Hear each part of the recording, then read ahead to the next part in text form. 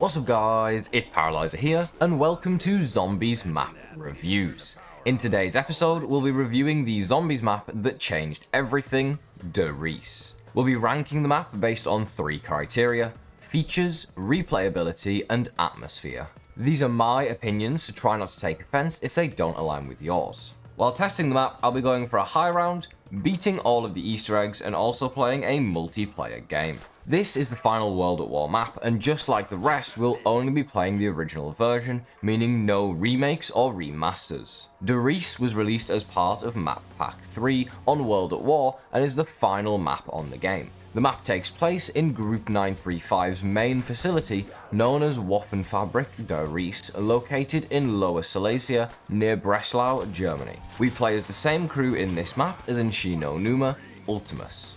Richtofen's plan is to use the teleporter at Riese to teleport to the moon and confront Samantha, who is currently in the MPD. But story aside, let's hop into the actual review with our first category, features.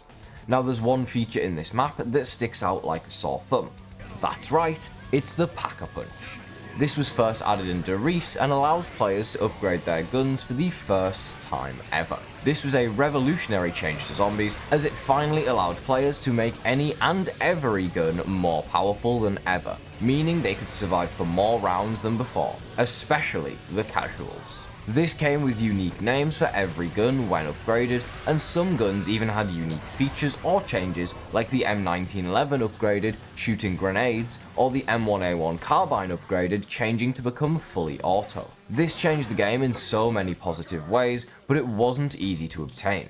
In order to unlock Pack-a-Punch, you had to open doors around the map to find 3 teleporters. Once found, you could link these teleporters back to spawn. Once all 3 were linked, the door would open, allowing the player to use the machine. Speaking of teleporters, those were added in Riese.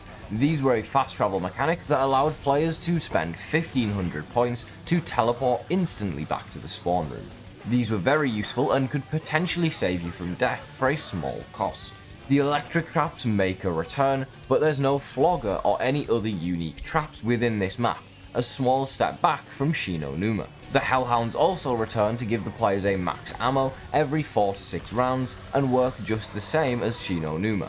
However, overusing the teleporters in this map can annoy Samantha and cause her to spawn up to 8 Hellhounds to come after you. This map also brings back the power switch from Verrückt, which fits perfectly into the map and forces players to make it their primary goal before focusing on perks or unlocking the Pack-a-Punch machine. In terms of other new features, this map also adds monkey bombs, which can be obtained from the mystery box, and when thrown, these distract the zombies temporarily and jump around clapping their cymbals before exploding. These are extremely useful both in solo and multiplayer for distracting zombies while you make purchases or revive teammates. These are also replenished every time the player picks up a max ammo and are still in zombies to this day, with them being one of the most iconic features within the game. Another cool item added in Riese was the Bowie knife, which costs 3000 points and allowed players to kill zombies in a single melee hit until round 10.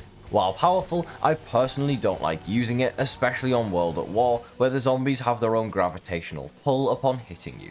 The next set of features we have here are all involved with Easter eggs. Now Riese has the first ever significant Easter egg inside of zombies. This isn't quite what I would consider a main quest Easter egg, as I would argue the first of these was added in Ascension. However, this is bigger than any Easter egg from previous maps, and when found would astonish people playing the game. This is of course the Fly Trap Easter egg, which can be activated using a Pack-a-Punched gun by shooting a panel outside of the map. This causes some objects to fly into the sky as the player begins a game of hide and seek with Samantha. Once begun, the player must search the map for 2 teddy bears and a monkey bomb. These will always be in the same locations every game, and shooting each one will give a new quote from Samantha to the player.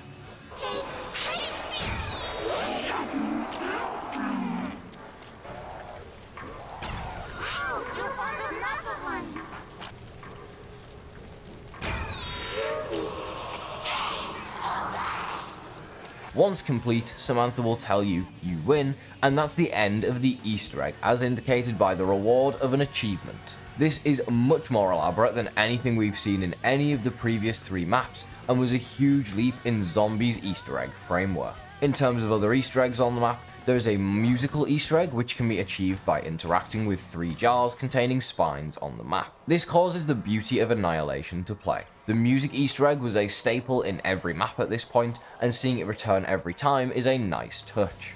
Overall, this map is jam-packed with features and definitely builds on all 3 of the previous maps and elevates the game to a whole new level. However, it doesn't have the complexity level that a lot of later zombie maps have due to how early in the cycle this map was made, thus I'm going to give Riese an 8 out of 10 for features. This map boasts a very impressive lineup of features, but I would love to have seen even more Easter eggs, including a main quest one, along with more perks, but as this was such an early map, I understand that this simply was not possible with the given resources. For our next category, we're going to rank the map based on its replayability. Starting with high rounds, there's 2 main strategies as always, camping and training. The most common strategy for camping on this map is using the catwalk, one of the most iconic camping spots in Zombies history. Here, you can camp with a full team of people, stacking bouncing betties in the back and wiping waves of the undead. Using this strategy, you can typically get into the mid to high 20s, making it the best camping strat of any World at War map, although this is down to the pack-a-punch machine making every gun stronger and have more ammo. When it comes to training, this map can be a funny one. You don't really train the zombies, but more so run a specific route that allows you to use the electric trap to kill zombies and then wait for it to recharge. This is by far the hardest high round on World at War, not only because of the lack of proper training method, but also due to it being the only map without the 24 zombie per round limit, making the rounds last much longer and forcing players to rely on traps rather than the WAF. In terms of Easter eggs, the fly trap is very cool, but with the lack of reward, it isn't really worth redoing over and over, unlike its Black Ops 3 counterpart, the Giant. Overall for replayability, I think I'm going to have to give this a 7 out of 10. This ranks it as the most replayable inside of World at War. The reason for this score is I think the Pack-a-Punch creates a lot of replayability, as the player wants to try out all of the new upgraded weapons to find out which is best. It also provides a great camping spot for those who want a relaxed game of zombies. Obviously, it's hard to give it a score any higher, once again due to lack of replayable Easter eggs, but it is still a fairly replayable map. Atmosphere is the final criteria for this ranking, and Riese is an interesting one. This is a facility map, which I'm usually not a huge fan of. However, since this is the first ever facility map, I'm more than happy to give it a free pass on that one. I personally really like the blue theme on the Giant remake of this map, but we're ranking the World at War version, not the Black Ops 3 one. I think the return of Ultimus was a welcome one, and they always have something new and funny to say. I really appreciate how this ties into the German lore within World War II, as this was an actual location of a secret German base where experiments were conducted, specifically for a German wonder weapon called Die Glock that was supposed to be a flying time machine type thing, which also happens to look just like the Pack-a-Punch machine or the teleporters on this map. All in all, I think I'm going to give Riese a 6 for its atmosphere. The historical value of the location plays a strong part in this, alongside the beloved Ultimus crew. Personally, I love colour themes on maps like the Giant, Zetsubo and Shadows, but this map was extremely early on, and this wasn't even a concept at this point.